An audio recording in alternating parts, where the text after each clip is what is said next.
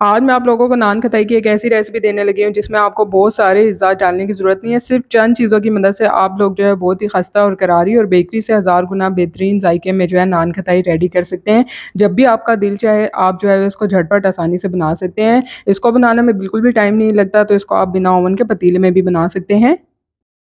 अस्सलाम वालेकुम, welcome to my YouTube channel kitchen with Zaim. तो खस्ता और करारी नान खटाई बनाने के लिए हमें जिन चीज़ों की ज़रूरत है उसमें सबसे पहले मैंने आधा कप जो है वो आइसिंग शुगर यानी पिसी हुई चीनी ली है। साथ ही मैंने आधा कप देसी घी डाल दिया है, तो जितनी मैंने शुगर ली है उतनी मैंने देसी घी इसमें ऐड किया है। 1 चुटकी नमक डाल दिया है और 1 टीस्पून जो है बेकिंग पाउडर इसमें डाल दिया है। ये 4 चीज़ें डालने के बाद हमने इसको विस्कर की मदद से 3 से 4 मिनट के लिए अच्छे तरीके से जो है वो इस तरह से विस्क कर लेना है। ताकि सारी चीज़ें जो हैं वो आपस में अच्छे तरीके से यकजान हो जाएँ। तो 3 से 4 मिनट के लिए आपने जो है वो इसको अच्छे तरीके से इस तरह से मिक्स करना है। क्वांटिटी आप इसकी डबल भी कर सकते हैं और मेजरमेंट्स आपने जो है एक्यूरेट रखनी है, तभी आपको रिक्वायर्ड रिज़ल्ट मिलेंगे। अब मैंने जो है 1 कप भर के मैदा ले लिया था और इसको इस तरह से मैंने छान के इसमें थोड़ा-थोड़ा करके शामिल करते जाना है। मैदा आपने छान के इसमें शामिल करना है। और मैदा डालने के बाद हमने इसको जो है वो हाथ की मदद से अच्छे तरीके से मिक्स कर लेना है। अब आपने इसको जो है वो एक आटे की तरह सख्त हाथों से गूँदना नहीं है, सिर्फ़ आपने इसको मिक्स करना है। जब भी हम कोई भी कुकीज़ वग़ैरह बनाते हैं या नान खटाई की डो रेडी करते हैं, तो उसको हम हद से ज़्यादा जो है वो गूँधते नहीं हैं। तो आपने जो है वो इसको सिर्फ़ नरम हाथों की मदद से अच्छे तरीके से सारी चीज़ को मिक्स करना है। ये देखिए मैंने इसको गूँधा नहीं है, अच्छे से मिक्स कर लिया है। अब यहाँ पे मैंने एक अदद अंडा लिया था और उसकी मैंने ज़र्दी और सफ़ेदी अलग कर दी थी, तो हमें ऊपर लगाने के लिए सिर्फ़ ज़र्दी चाहिए।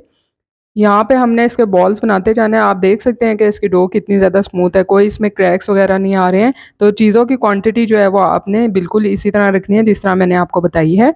और इसके बॉल्स बनाने के बाद आपने इस तरह से इसको जो है वो शेप देते जाना है।